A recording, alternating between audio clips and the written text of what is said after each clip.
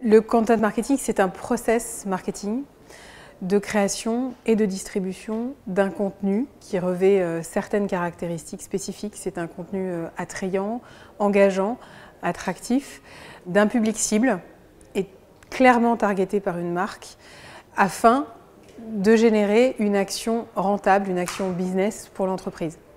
J'insiste sur cette définition. Il y a vraiment, à mon sens, si je devais résumer deux grandes différences avec la façon dont on fait, entre guillemets, de la stratégie de contenu en France, c'est que réellement, aux États-Unis, c'est un process, c'est extrêmement normé, c'est toujours un peu méthode armée américaine, mais c'est ça qui marche et c'est ça qui génère des résultats. Et réellement, le deuxième point, c'est que c'est étroitement lié à la génération d'une action qui a pour finalité d'être rentable pour l'entreprise. On distingue beaucoup moins que chez nous, même j'ai envie de dire aux États-Unis on fusionne, la production de contenu à des fins vraiment d'acquisition de leads, de conversion et au final d'une action business pour la marque.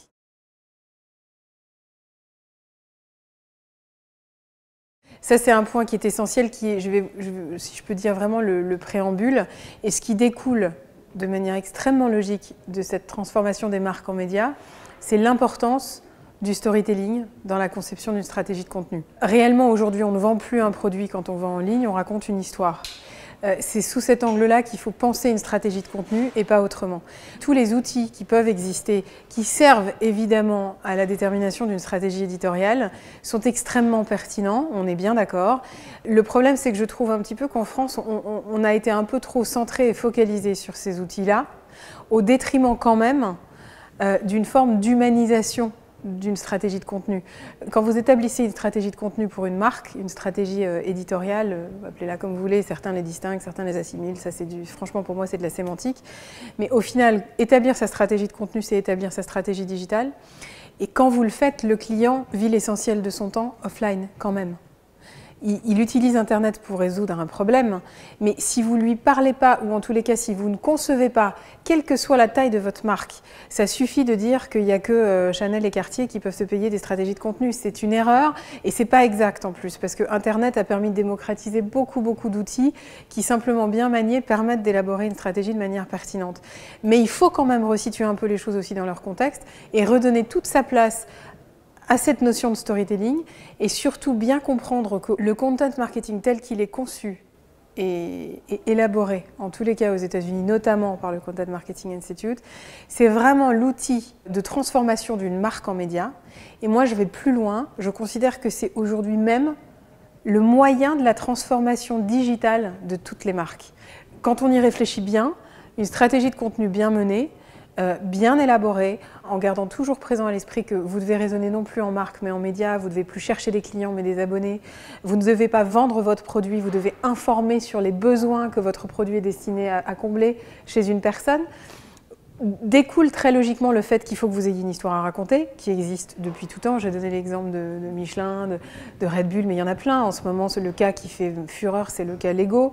Parce que c'est quand même un exemple de storytelling merveilleux. Enfin, je veux dire, quand on y pense, c'est de la brique à construire et on en fait des films, des 4x3. Bon, c'est très à l'américaine, mais c'est vraiment l'exemple ultime. Et mon deuxième grand vecteur, c'est de dire, ça suffit de dire que c'est systématiquement les marques avec des budgets à des millions de dollars qui sont capables de faire du content marketing.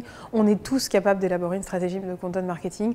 Je l'ai notamment cité en donnant l'exemple du Lean Startup que moi je trouve pertinent et intelligent de transposer au contenu, et également en citant la règle des 3/3 de Betsy Morgan là, qui avait élaboré la stratégie du HuffPost. Voilà. J'ajouterais même une chose qui me paraît vraiment importante, c'est que plus que jamais, à l'heure de la démocratisation de la technologie, de la surconsommation d'informations, de la techno, des réseaux sociaux et le reste, je pense que plus que jamais l'heure est à l'humanisation en fait de tout ça. La vertu d'une stratégie de content marketing, c'est de sortir un peu du virtuel et de se rappeler qu'un client, on va quand même d'abord le chercher offline. C'est là quand même qu'il passe l'essentiel de sa vie, sauf cas problématique. Et c'est donc là qu'il faut aussi aller le chercher. Le digital, c'est une transformation obligée, indispensable, mais ça n'est somme toute qu'un moyen aussi de toucher une personne humaine. La première, c'est la détermination de vos objectifs. La seconde, c'est vraiment la détermination de manière précise et ciblée de votre audience. Si vous êtes un média, vous devez conserver présent à l'esprit à chaque ligne de contenu produite à qui vous vous adressez quand vous les produisez. Si vous ne le faites pas et si vous passez trop vite sur cette étape, si c'est bâclé, c'est souvent fastidieux et ça fatigue souvent les gens. Mais si c'est bâclé, le problème, l'enjeu, c'est la meilleure qualification possible des leads que vous allez générer. Faute de le faire, vous risquez probablement de générer du lead, mais c'est beaucoup de temps, beaucoup d'argent, beaucoup d'énergie qui va être dédoublé ensuite pour requalifier correctement ces leads.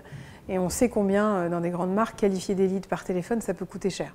Deuxième étape, donc la détermination des personnages. La troisième, c'est vraiment la bonne compréhension du parcours d'achat de vos utilisateurs, comment achète votre audience. Moi, j'y ai intégré de manière vraiment indispensable le benchmark. C'est-à-dire que bien comprendre comment achète votre audience, c'est aussi bien comprendre comment fonctionnent vos concurrents. Alors peut-être qu'il ne faut pas les penser comme des concurrents, il faut peut-être simplement les penser comme d'autres acteurs qui, au même titre que vous, pourvoient aux mêmes besoins de la même cible, pourquoi pas. La quatrième étape, c'est évidemment tout le process de création de contenu. Il y aura énormément de choses à dire là-dessus, trouver sa niche de contenu, déterminer ses mots-clés. Et c'est évidemment là que s'intègrent beaucoup tous les outils SEO qui existent aujourd'hui. La cinquième étape, c'est la distribution de ces contenus. J'ai simplement essayé d'expliquer que la distribution de ces contenus aujourd'hui requiert une planification. Je m'élève un petit peu, mais gentiment, hein. J'ai pas d'ennemi particulier, contre, vous savez, l'amalgame qui est fait entre social media marketing et content marketing. J'en reparlais là très récemment. Je pense qu'il ne faut pas mélanger les choses.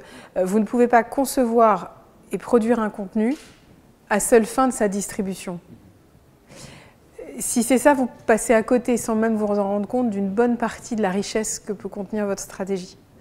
Pour autant, la distribution de contenu est indispensable. Enfin, je veux dire, il y a tellement de gens qui produisent des super trucs et puis qui s'arrêtent là, en fait, qui ne partagent pas, et puis qui ne diffusent pas, donc espérant, en croisant les doigts, que quelqu'un va venir un jour chez eux et puis dire « Oh là là, c'est vachement intelligent ce qu'il a écrit celui-là ».